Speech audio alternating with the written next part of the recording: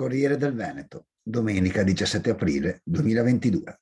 Crowdfunding, una leva per idee e talenti.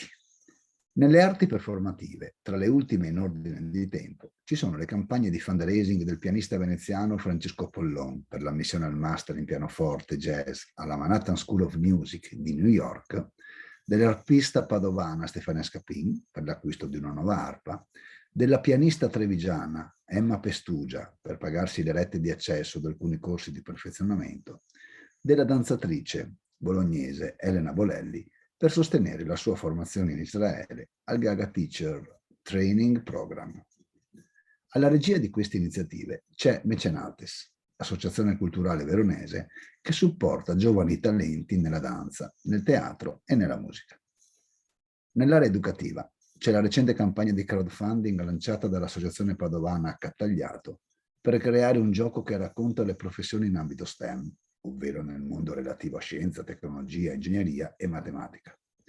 Nell'arte urbana, da qualche anno ci sono le campagne di crowdfunding dell'Associazione Veneziana La Macchia Verde per realizzare Muri di Storia, un ciclo di murales che sta trasformando la Salute San Giorgio di Livenza in un autentico libro a cielo aperto che racconta la storia della Venezia orientale. Per certi aspetti, queste iniziative non ci dicono nulla di nuovo, perché assomigliano a quanto succede già da molto tempo, da decenni, se non da secoli, nell'arte, nella solidarietà, nella cooperazione internazionale, nella ricerca scientifica. Per altri, invece, in esse si specchiano alcuni fenomeni emergenti. La progressiva digitalizzazione dei processi economici e sociali permette a un numero crescente di persone di accedere a strumenti e soluzioni per provare a realizzare idee, progetti o ambizioni, anche senza disporre di reti di relazioni familiari e personali qualificate, abbienti e influenti.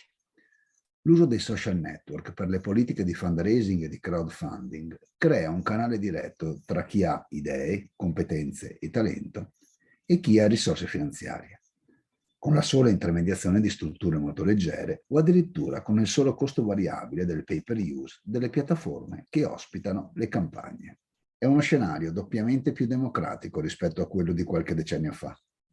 Da un lato, tutte, ma veramente tutte le persone che pensano di avere un talento sono nelle condizioni di potersi giocare l'occasione della vita. Dall'altro, chiunque abbia il desiderio di contribuire può farlo in funzione delle tante o poche risorse che ha e, quindi, riesce a partecipare a prescindere dal proprio livello di reddito. La società inclusiva si fa anche così.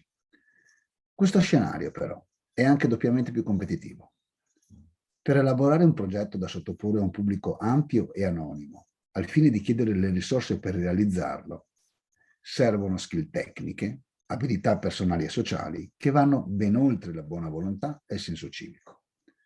Mettere nero su bianco il proprio progetto di formazione e sviluppo professionale per farselo finanziare da chiunque lo apprezzi vuol dire avere piena consapevolezza di sé e impegnarsi in futuro a rendere conto dei risultati, più o meno positivi, che sono stati raggiunti.